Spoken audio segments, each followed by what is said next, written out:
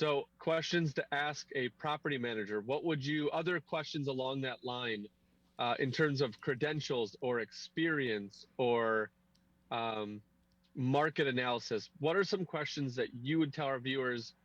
Maybe they're not buying in Florida, but you want to set them up to get a good property manager. What are some things that you'd think you'd want to ask that an experienced property manager would have good, solid answers to?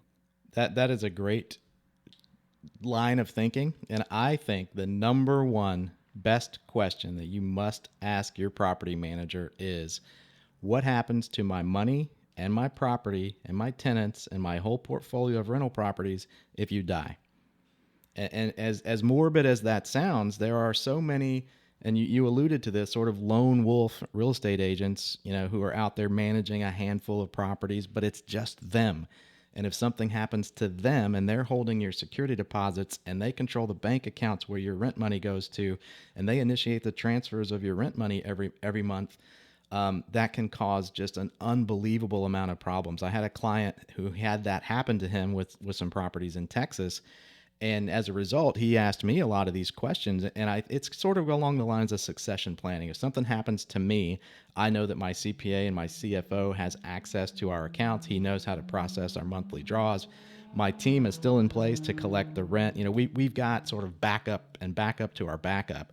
But if you're working with a lone wolf real estate agent who is sort of, a shade tree property manager, and I'm not knocking them. I mean, I did it myself. That you got to get started somewhere. Yeah, But as a landlord, you have to do your due diligence and make sure you understand what you're getting and what happens if they're not available. I think that question would throw off a lot of people. Yeah. It would definitely, but it's a very valid concern because people get in, car accidents or COVID or whatever, things like this happen all the time. And as a landlord, the bigger and bigger your portfolio gets, the less and less you want it to all flow through one individual who controls all the purse strings and the bank accounts and everything else. Just make sure they have plans in place, if something happens.